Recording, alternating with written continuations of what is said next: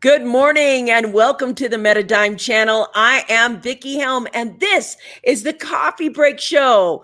Today is Wednesday. Welcome, and we have this incredible guest, and we are going to start in 3, 2, 1. Let's do it.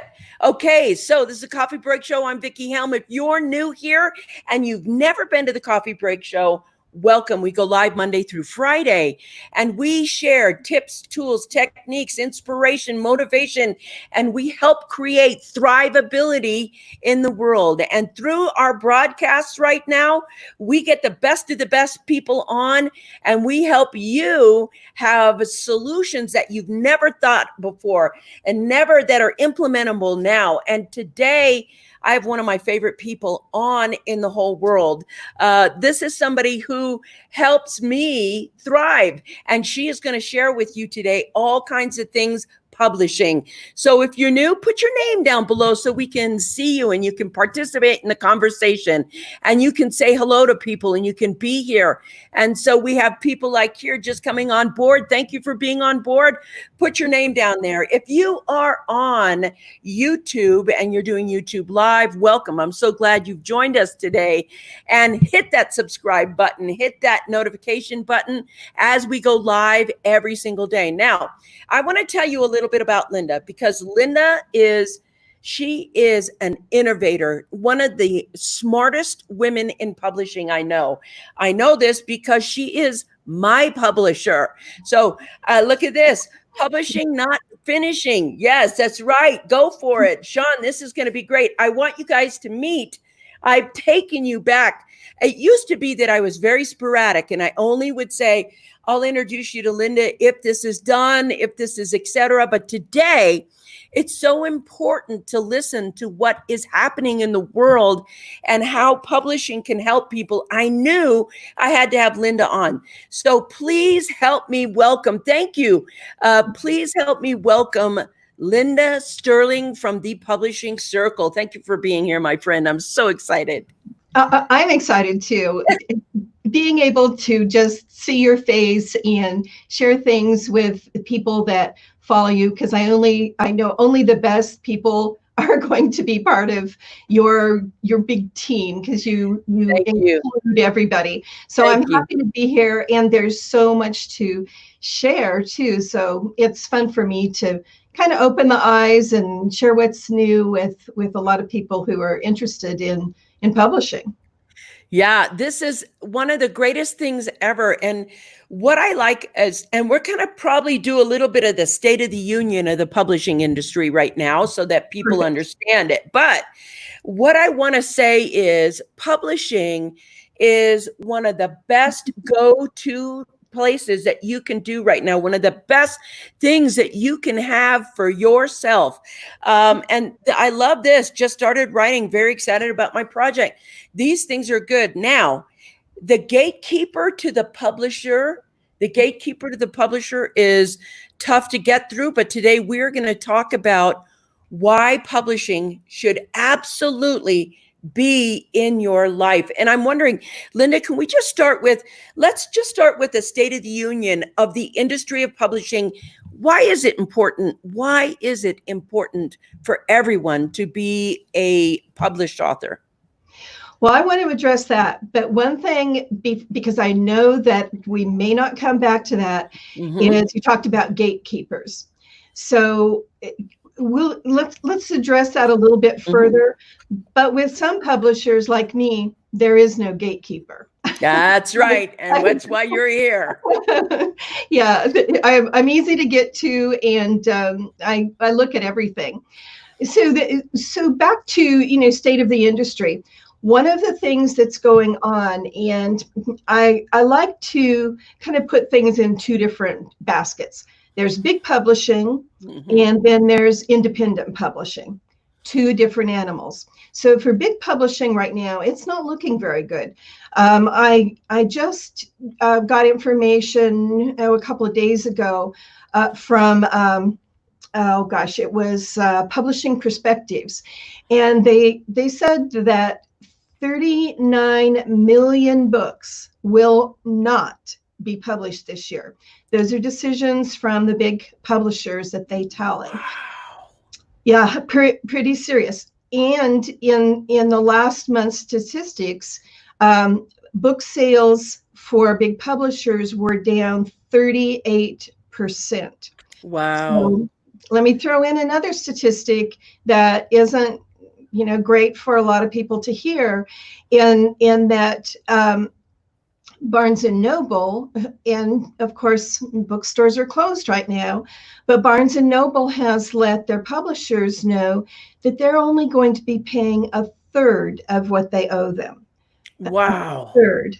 So big publishing is in a pretty uncomfortable, let's just teetering. predicament right now.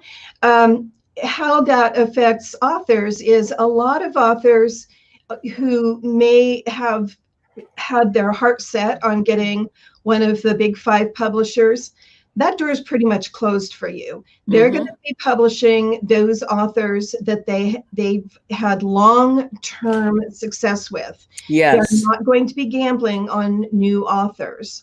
So that door is essentially closed for you.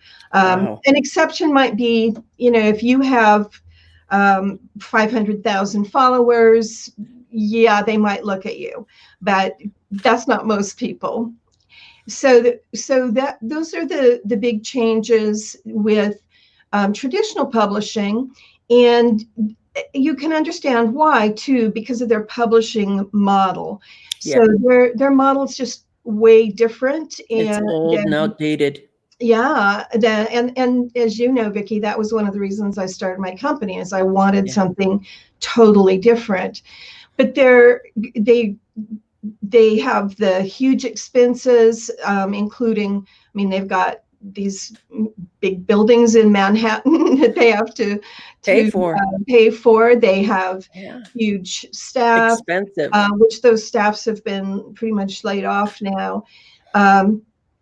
They also, with their publishing model, they'll print in bulk, and then they have storage costs on that, additional shipment costs, because they're shipping to places. So they store, then they ship to places like Amazon or Barnes and Noble or whatever.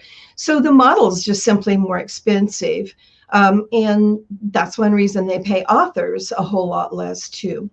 I have to say, there's already questions coming in, and one of them is, will traditional publishing even be viable going forward? And I think that's an interesting question. Will it be viable for you, or viable for the industry, for these big publishers? We're talking State of the Union right now, and the big publishers have been hit really hard. It's expensive to run the overhead of these big publishing companies right now when there are other platforms. But what would you say? Will traditional publishing even be viable going forward?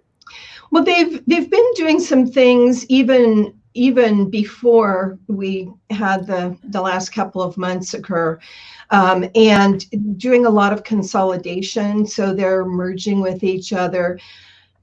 I think that they finally realized that business as usual isn't working, which is something that smaller publishers like myself have known for a while. And we have the ability to be flexible because we're not anchored in the same way that they are. That's true. So I think that, to answer that question, I think big publishing will continue. Books are always going to be sold. People love books and want books. Is it going to be different? I think it will. I think that, as I said a little earlier, it's going to be harder to get into big publishing, but that's not the only game in town. The non-traditional publishing, either with a small independent publisher or even self-publishing, that's flourishing now. And that's where I think the bright news is in the whole conversation. Yeah, and I think what is interesting about the publishing is, you always think you need a publishing house for distribution. This big publishing house, that's all it offers is distribution. Well, if all you have is distribution and that's it, and you're not a big name, I don't think that's the way to go, because there is this one important thing, and that is marketing. And I want to go to marketing your books and being out there, and how do you get your books out there? And to me, the 800 per pound gorilla in the market is obviously Amazon. And I think bookstores, I want to let you, do you have any idea the ratio between online sales and inside bookstore sales? Like if you're going for distribution, but you're only getting a third of what you're owed and things are getting smaller, and that doesn't seem like the right move. What would you say about, having your book in a bookstore versus online? What's the difference there? Well, always you should have both. So one of the issues with traditional publishing is that what I call the all-in-one basket affliction. so they'll have bookstores. They also have Amazon, and some, as anyone would know, would have airports where no books are right now. So they go with the places that they're most comfortable with, that they've traditionally gone with. For the smaller publishers and self-publishers, you want to go broad. You don't want all your eggs in one basket. Amazon, talking about that 800-pound gorilla. So Amazon too has done some things that give me pause for concern lately. And one of those things is that they sent out notices that they would not be paying the same percentage on affiliate sales. So a lot of people rely on those industries built around affiliate sales on Amazon. And the bottom line with them is they're a business that can do whatever they want. They could say, well, we've decided we're paying authors less, or we're not paying out every month like they currently do. So that's another reason why you want to go what's called wide. You want your books selling definitely on, don't abandon Amazon. Don't abandon the bookstores, especially those bookstores that will sell your books as ebooks, which is another conversation we can have. But you want to go broader than that. You want to be in Kobo, for example, or there's just so many platforms. For ebooks, I've got platforms that touch every single country in the world.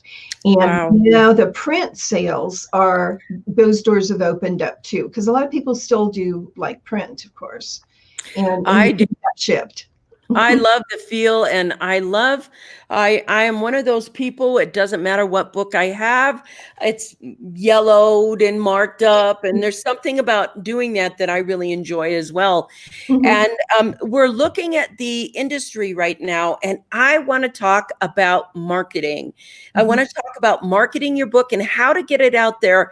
And I want to really get specific with the publishing circle, because I think that your modus operandi for business is what's making you an industry leader and an innovator at the same time. And one of the things that most people don't know is they still have in mind, for some reason, I don't know why, they still have in mind that the best thing for their book is to have that big publishing house. But I can tell you from experience, that is not the greatest thing to be in.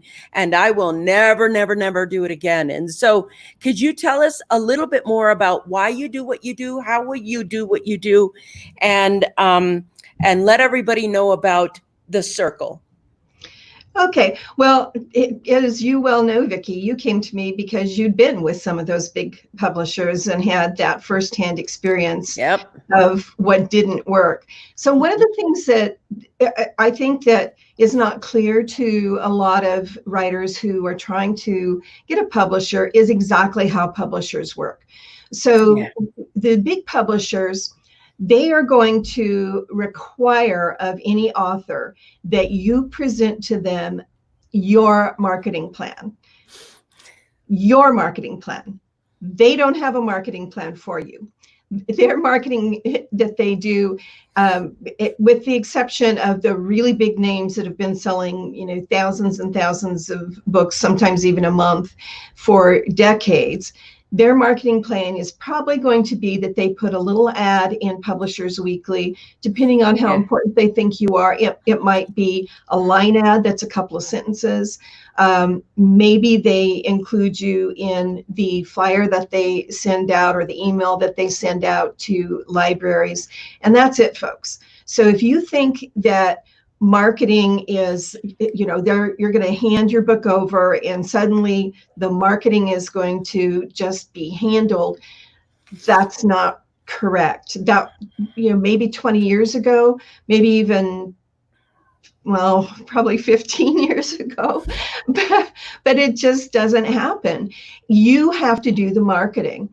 And, that's something with authors in general is we tend to be pretty shy. I know I sound like an extrovert right now, but I'm actually an introvert. But you're doing so well, and I love that about you. but you, as an author, you do need to think about what you're going to do to share your book. Now, if you're with a smaller publisher or if you're self-publishing, you don't have to have the kind of marketing plan that is going to impress big publishers. What you do have to have, and they want one big push, what you have to have is a steady stream of consistent pushes, whatever size you're capable of. And so what that can look like is first of all, you want to make sure that if you're self-publishing, you go wide. If you're with a publisher, you want a publisher who goes wide. You also want to look at what are the existing platforms that you're on. And then I think the most important thing for authors right now is to have a public face.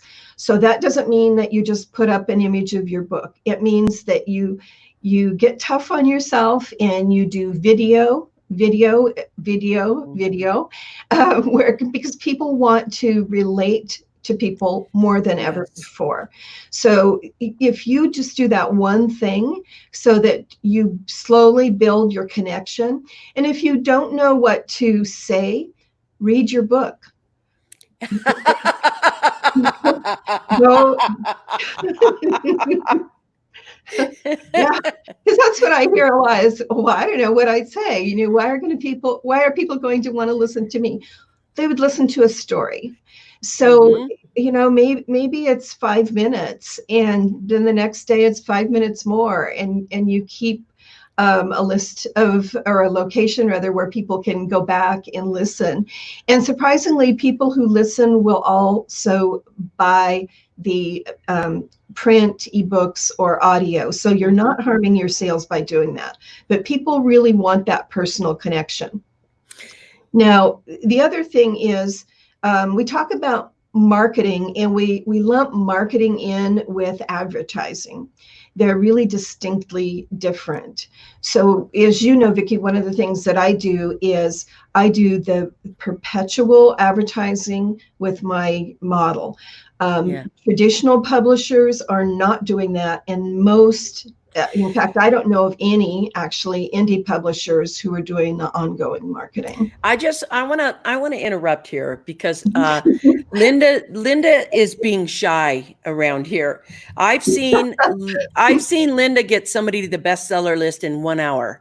1 hour from the time the book went live. So there's not, this is a person who knows how to get you there in that way through marketing and everything else. But she's so right. When we look at publishing right now, there is a difference between marketing and advertising. And marketing is the big chunk of what I think is the responsibility of the author.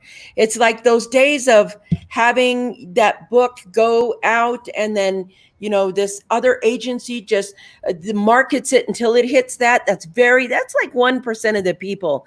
If you really want sales for your book, you really want to get out there, you do have to have a marketing plan that continues. Not, well, I marketed it once, I hit the bestseller once, and now I'm going to just stay here on the bestseller list and everybody's going to see my name. It's that consistent marketing, that consistent effort. Today's market has publishers and the authors working together. It is a co-creative relationship, a very co-creative relationship. And the thing is, a lot of times when we think we get a publisher, we want to push everything we're frightened of doing or we think we don't know how to do onto our publisher and say, you're supposed to do this for me.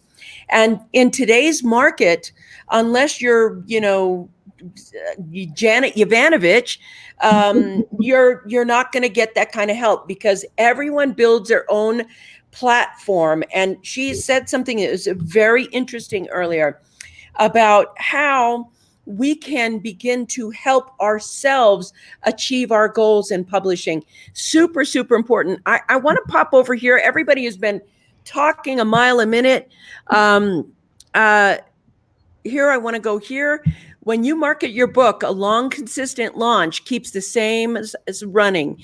Number 2, create a personal connection. Don't post a pic of the book. You talk about your book in your video. You definitely, and if you don't know what to talk about, go read your book. So that cracked me up. Linda's gotten at least one author on the New York Times bestselling list in 1 hour.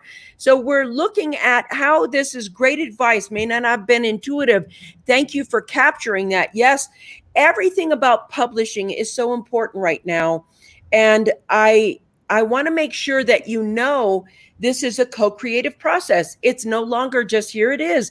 So one of the things that you can start, she said, do a video, then another video, then another video, then another. It's a consistent daily action that helps you promote your book long term.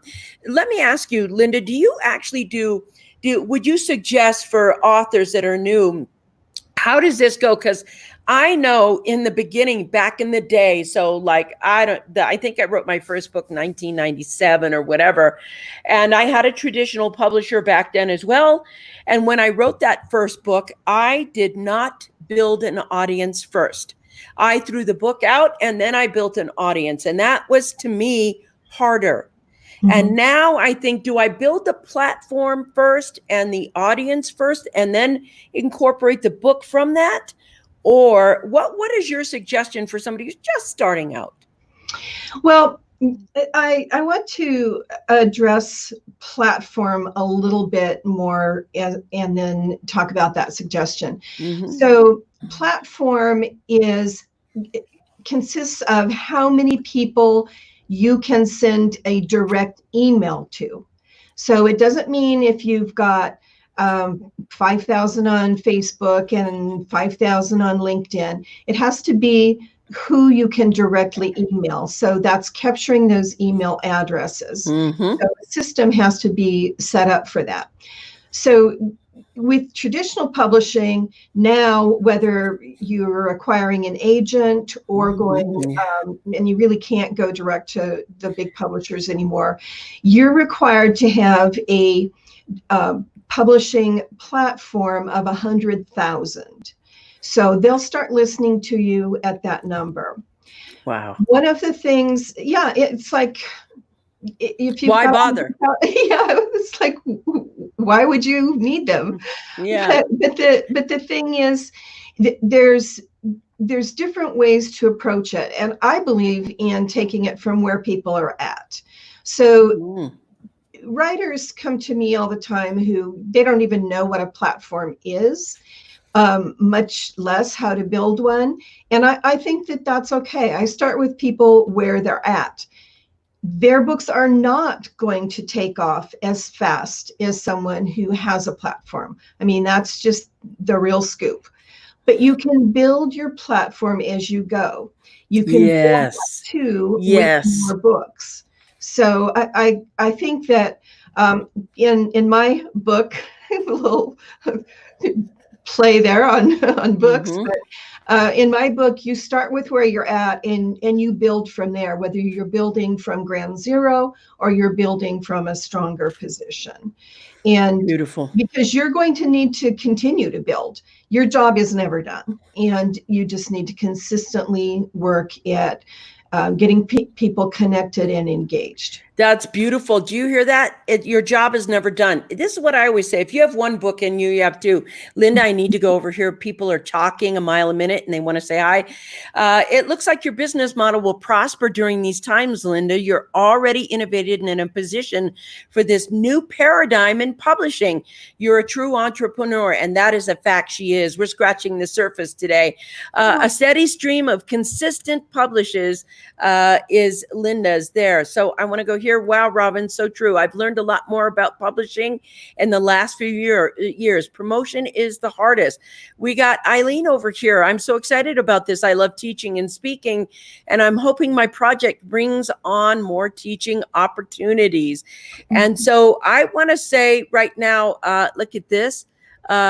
You want to get traffic you can own. That's the email list. Yes, hashtag. So we're looking over here. A great assessment, Donald. Companies like the Publishing Circle and Linda's Wisdom will succeed in this new publishing paradigm. And that's where we're at right now. That's the most important thing I can tell you, is that there is a new publishing paradigm. And I want to say this. You have to be careful out there. You have to be careful. There are good publishing houses and not good publishing houses. And I know that because this is my fifth or sixth publishing house. And I've been bitten in the butt a few times. And I'm telling you, when you land at a good publishing house, when you land there, if you're fortunate enough and smart enough from this conversation to be involved with Linda, with your book, when you get to a good publishing house, plant your roots there. It's a co-creative process. Everybody rises together. When you are working with somebody who values you for more than just the number that you are, you can work well together. And I want to talk about that next, Linda. I want to talk about how to work with your publisher well, because a lot of people think, well, my book's all that in the bag of chips, and now that you have it. And how do you work well with someone? What are the factors that you look for when you choose your authors to come on board? Well, the number one thing, of course, is a great book. And sometimes the books that come in need a little shaping, but if the foundation is there, then I get excited about it. But the other component for me, and it was something that I decided, both because I wanted to create an entirely different publishing framework for the publishing industry. And it was a decision because I'm older, and I thought, I'm just not working with anybody that I don't like. So I interview people and I see if we kind of click, because I'm going to be working with them for decades. Now, that isn't the formula for other publishing houses. There's That's right. small ones that, yes, you'll be able to talk to the publisher. But most of the time, I'd say probably 98% of the time, you don't talk with the publisher. They're going to hand you off to someone, and they'll communicate with you when they need something. Otherwise, there's no communication. That's true. What's your thoughts on, I know my thoughts, but what's your thoughts of, trying to find a literary agent first? You can tell by the tone of my voice what I thought about literary agent first. Yeah. So you've heard of the dinosaurs? So the literary agents are really falling away. That's become a not very profitable career because the big publishers, are not taking on as many authors. But the other thing is, if you do obtain a literary agent, they're going to take 15% of everything that you make.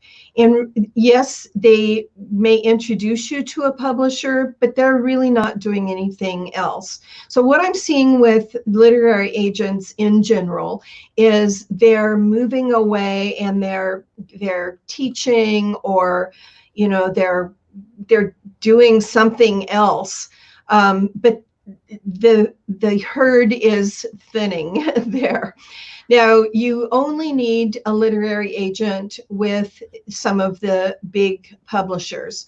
For small independent publishers, would I accept something from an agent? Yes, if my two criteria, love the book, love the author, were there, but it's not necessary at all. In fact, I prefer to work just directly with the authors. So I think that, in short, Vicki, I think that that's going to be a career that quickly fades. So tell us why. I mean, why is publishing? I have two questions, Linda. First, I want to ask fiction or nonfiction, and how to capitalize on both of them. Okay. And why is publishing just in general? I think it is a single skill that everybody should be taught right now. It's like in a tech school where you learn publishing and you learn plumbing or whatever else. Publishing should be the skill set. It is the number one skill set that has built my wealth. The absolute I'm so grateful to it. Is it a big learning curve? Yes. But is it going to be the future? You bet. Publishing is going to be great. People always look for books, stories, and answers. So starting right now, are we going to be looking at fiction, nonfiction, and how would you plan, say, your publishing path if you were a newbie? I'd find someone like me. That's true. Someone that, and there's other people too, but someone who's willing to be a guide, who's going to be patient and answer your questions, because new authors have so many questions, and I don't think it's fair to leave them in the dark on processes. But the first thing that you want to do as an author is you want to make sure that your material's really in ship shape. So go through your manuscript thoroughly yourself, find some early readers. They're going to find things that you just will not see. Possibly get your book edited in advance.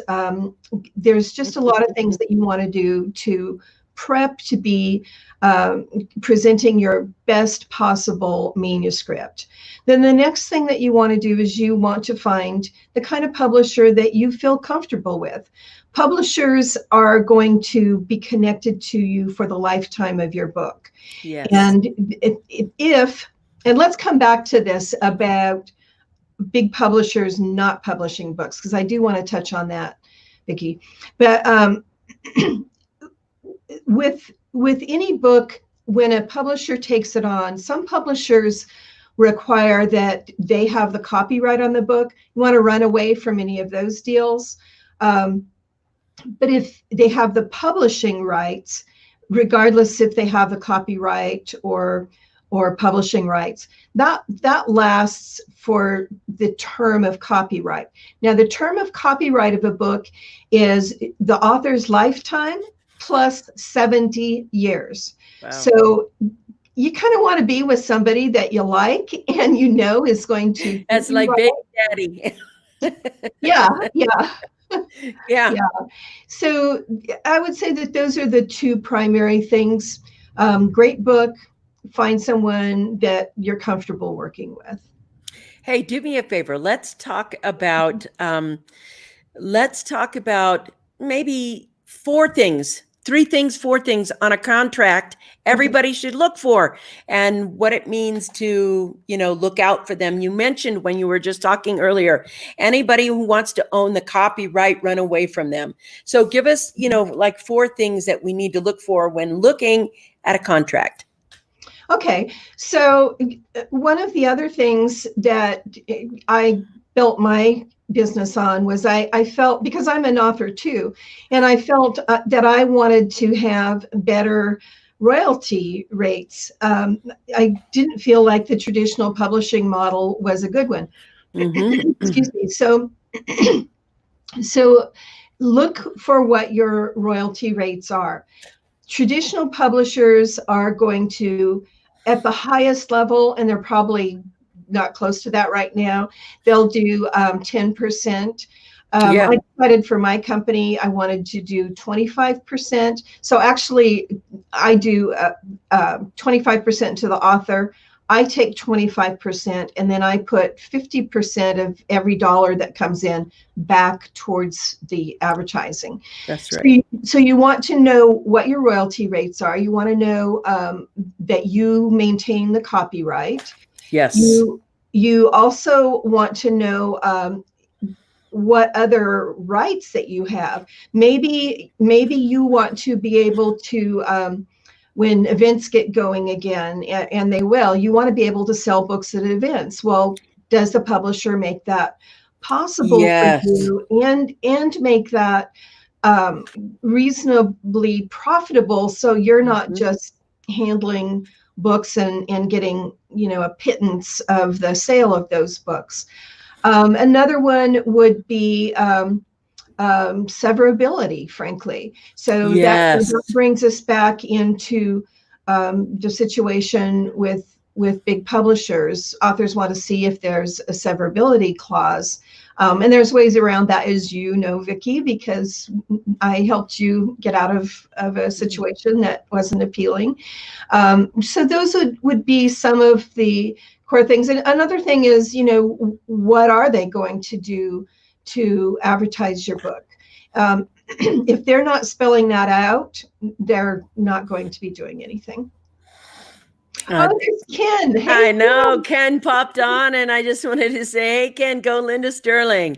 There's the impact factor, man. And I want to say this right now. This dude here, right here, Papa Bear, this Awesome. is so, yeah, he's so awesome. And he's also the guy that introduced me to Linda eons ago, and we have been close friends ever since. And thank you for that. I'm so glad. Uh, it's interesting because this is what came up. Sounds like you need a lawyer, not an agent. Yes, with those contracts, you have those things that you have to look out for. Okay, so if you want to add publishing as a part of your, I don't know, financial wherewithal, what would you say to the new person? Wait, first, Linda, it's over. I just realized I'm way over 30. Is it okay if we keep going? Oh, Do you have a little bit more absolutely. in your I love this stuff. I know, and I'm like, it's like there's a lot of people on right now, and all 5 of them. And so, listen, you guys, if you have questions for Linda, put them in there. I'm trying to notice you guys are talking really fast. I'm putting a lot of stuff up there, and I'm gonna go ahead. I have Linda here, and I am going to have her tell us as much as she can about publishing, so that now. I want to tell you, I think this is my personal opinion. Publishing to me is the number one industry to be in right now. The number one industry going into the post-pandemic world and everything else. It's like when you get there, it's my questions too. Yes. If you have a question there, Scott, can you put it back in? Because it's rolling up so fast right now. I cannot keep up with people. I want to go here and just look at this. The Publisher Circle's expense breakdown: 25% of the author, 25% of the publisher, 50% back into expenses. Let me tell you something. Actually, that's not correct. 50% does not. I take my expenses out of my 25%. Ooh, goes back into advertising. Going back into advertising. And to my knowledge right now, she is the only publisher that does this. Her innovative system right now is it's why her business is exploding. It's also why her authors will go to the mat for her and really be there and do the work they need to do to help this process go. Because right now, what is happening in the world is we're in this huge transformation. every industry, every industry. Some industries are being wiped out, completely wiped out, and some industries are going to soar. So right now, I don't know anybody who's going to go buy a cruise and say, honey, let's go on a cruise ship. That's not going to happen. That industry is tanking. It's dead. You're going to be buying those ships for scrap metal later. But the industry of publishing is soaring. Okay, somebody wants to know right now. Here it is. I'm not even sure who that somebody is. Vicky, fiction versus nonfiction. Fiction versus nonfiction. You know what? I got to go here too, because I think that both are so enjoyable. But as a starting business, as that entry point, I want to let Linda tell you about the industry and the State of the Union there. Linda, fiction versus nonfiction. Well, some people are only capable of writing fiction, and some, nonfiction, it's what they love. So you should do what you're good at, number one. As far as selling, right now, nonfiction is selling a little bit better than fiction, but there's always going to be a market for fiction. People want to be entertained. But I realized, Vicki, that there was a little tip I wanted to offer for those writers of nonfiction that I think is important for, however they publish, is try and build some things into your nonfiction that you can use as hooks to get people to engage with you further. Because nonfiction can be a really strong gateway into greater business opportunities. Nonfiction, anybody who writes or who has a business, rather, if they don't have a book, they're not seen as the kind of authority that they need to be seen as. And a book can then funnel into other things. But with the tips there too for nonfiction writers is put the kind of a link to a checklist or a PDF or something that people value in that book, so that you can then lead them to an opt-in page, or even lead them to a Facebook group. If you're like, I don't know what an opt-in page is and I can't build it, take them to a Facebook group, because you want to stay engaged with those people. You have one opportunity to do that when they read your book, and you want to take full advantage of that opportunity. Thank you. That is brilliant marketing advice right here. And I'm going to go continue this. Christiane is asking, can you tell us more about the marketing? Do you do it in-house or have outsourced partners? Now, this is interesting because I know personally that you can buy your way onto the New York Times bestseller list. You can have. Say more about in-house or outsourced partners. Hi, Christiane. Christiane was in a program that I just wrapped up on Friday called Author Camp. So I recognize her name from there. So what I do is I handle everything in-house. I do have independent contractors, but I teach them how to do things the way that I've learned to do it. Mm-hmm. With people who are sending all of that to another company, first of all, it's going to cost more. But I'm just seeing that there's not the kind of flexibility that I like to see in the market. The other thing for outsourcing the marketing of your book, and really we're talking about two different animals. There's either publicity or advertising. Yep, that's it. So if you're having someone else do your marketing, I can't remember the name of the company, but the one company that I know that does that, and there may be another one, they won't take you on unless you have at least 10 books published, and their costs start at $10,000 a month. Yeah, it's ridiculous how expensive. Not for the new author. You have to start out smaller than that, for most people. And you also, as an author, you have to be patient. You're not going to be, the best, most profitable author in 10 minutes. You have to be That's right. patient and hang in there. You got to do the Your work. visibility, especially if you don't have a platform, takes time to build. Thank you. Next one, Aline, do you recommend waiting to speak with a publisher until your manuscript is completed, or contact them when you first start writing? Ooh, interesting question. I wonder this myself. Good question. Okay, thanks, Eileen. So there's two ways that I would answer that. With traditional publishers, and I don't know if you heard the first part of that, Aileen, but with traditional publishers, first of all, they're not taking on new people right now. But the old model for them was, if you had fiction, it had to be complete. If you had nonfiction, you needed a book proposal. So that's with the big publishers. With smaller publishers, it's going to vary.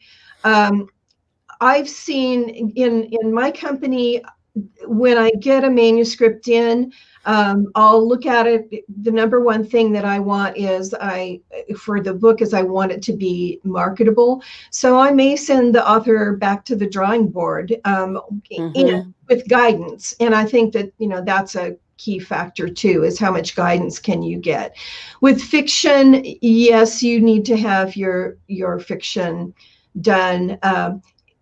Ideally, you've got the framework of your nonfiction pretty much wrapped up too, but some publishers will guide you more on that than others. Thank you. That is so great. I want to continue on and stop. We got a lot of questions. My question was the dollar split between the interested and invested parties. Karen's question or statement. I'm not sure what that is. Scott, can you say more about what you're asking? My question, do you know how to answer this one, or do you need more information? Well, I think, Scott, and please correct me if I'm wrong, I think you're asking about how the publishing circle does their split. So of every dollar that comes in from sales, my authors get 25 cents, I get 25 cents, and then 50 cents goes back into the advertising of the book. That's my model. It's not a model that anyone else has. I hope that answered your question. And we have Kurt Howard. This is a good one right here. Is there a danger of having too much product, a quantity versus quality? I've read a lot of books lately that were really bad. Yes, like almost a contractual obligation, recycled content feel. This is thank you for this question, Kurt. Yeah, great question, Kurt. You want quality. My position on this is a book is going to probably outlive you. And so how do you want to represent yourself? The other thing with your book is your book, if you want to keep people engaged with you, you have to produce quality. Those books that are poor quality, they may make some money off you one time. They'll never make money off you again. And they're probably going to garner really bad reviews. Yes. Which is going to mean that their sales will eventually be non-existent. Yes. Put the time in. Every time I see these, write a book in 90 minutes courses, my stomach just lurches, because those are not going to be quality. You can write your outline in that amount of time, but you're not going to write a quality book. So, and I take that aspect of my work so seriously. I know you do. It's like my level of excellence and how you're represented long-term, short-term.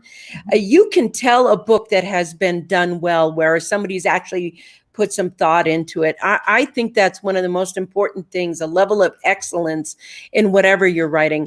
Linda, your legal knowledge in publishing is immense. Are you constantly studying publishing laws to stay ahead of the game? It's obviously you care about your authors. Yes, she does. And that's why she's here on this show. That's the one thing I looked for. 5, 6 publishers later, I was like, this person cares about me too. So yes, cares about your authors and why they stay with you for long term. Thank you for the question.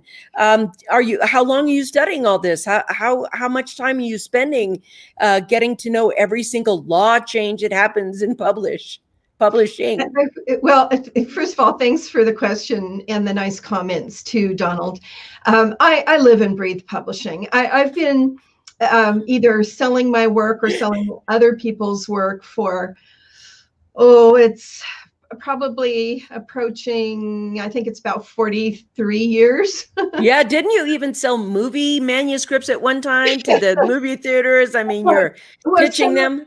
So some of my authors I've been able to get movie deals for, yes. Yeah. So that's something that if the book warrants it, I then serve as a movie agent, which is totally different than a publishing agent.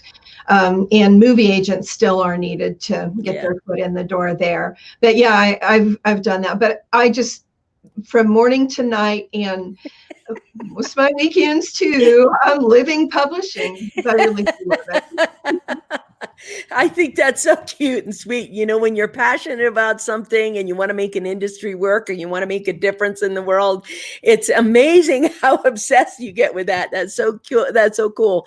Let's see here. I'm going to go down, Karen. There's like, let's see.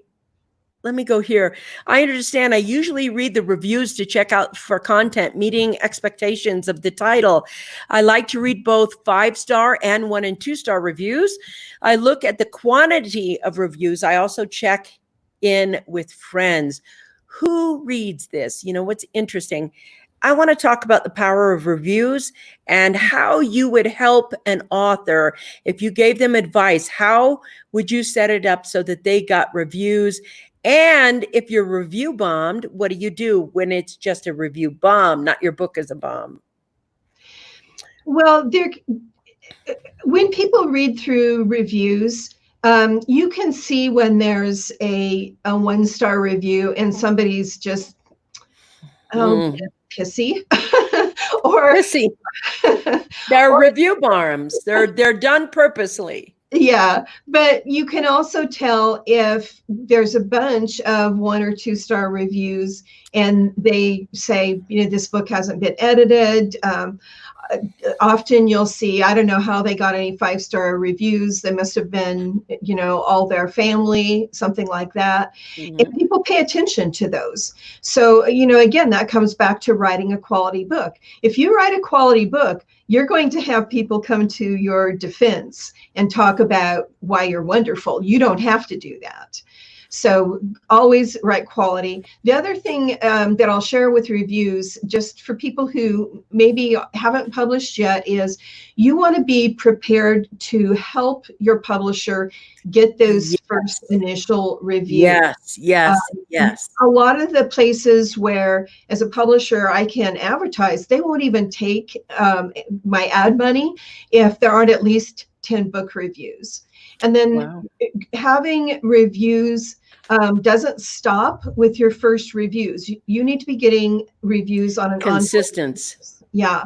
One of the things with the Amazon algorithm is they'll put a book, maybe the sales are even, but one book has more reviews. That book is going to rank higher. And of course, rank affects visibility. That's going to always rank higher than a book with not very many reviews. And current reviews.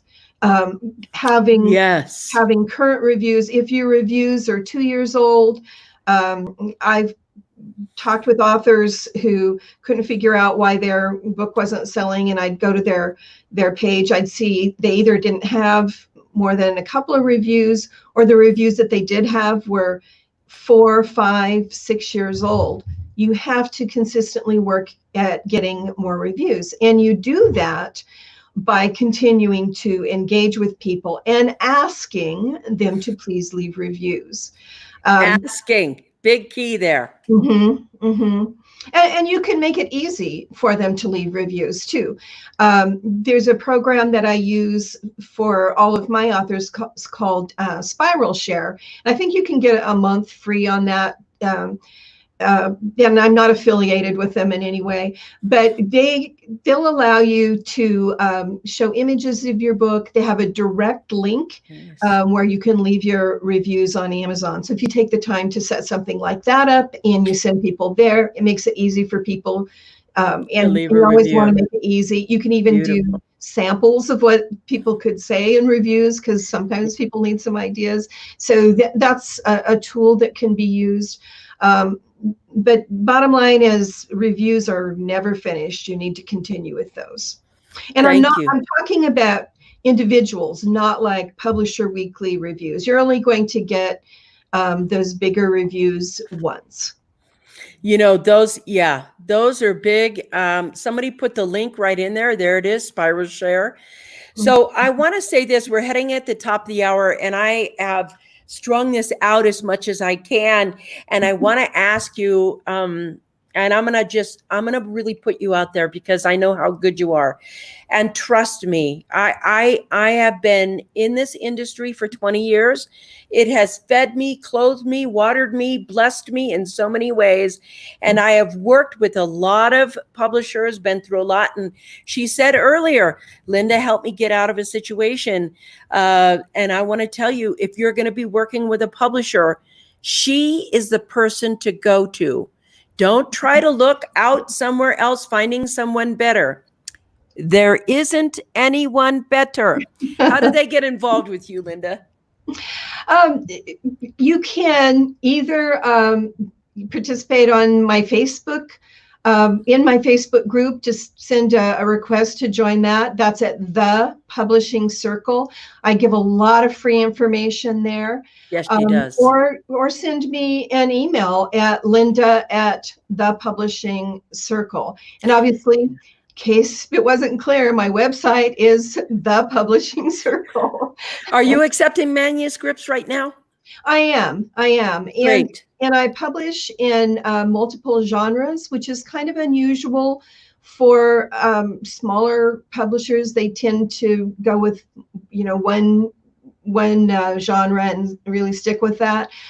But I get bored if I'm just doing one genre, because I love so many different genres.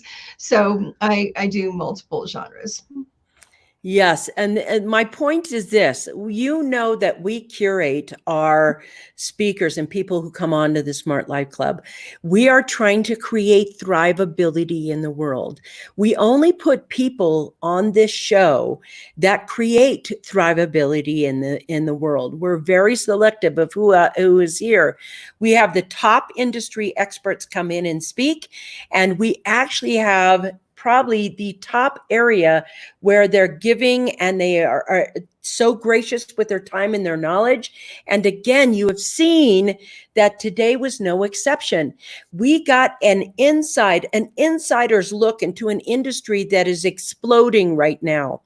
And it should be part of your financial wherewithal to have books and things out that are making you money passively. I want to say this. Scott said it again. There isn't anybody better than Linda Stirling. So if you have a book or an idea for a book, or you want to move forward with your book, and Linda accepts you into the publishing circle, she says yes to your manuscript and you, I would say that is a wise move for you.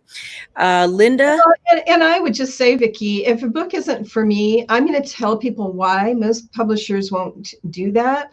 And I wanted to add one more thing, in that one of my authors who just released 2 books, I'm doing another one for him here in about a week. I started out with saying how big publishing is really not doing well.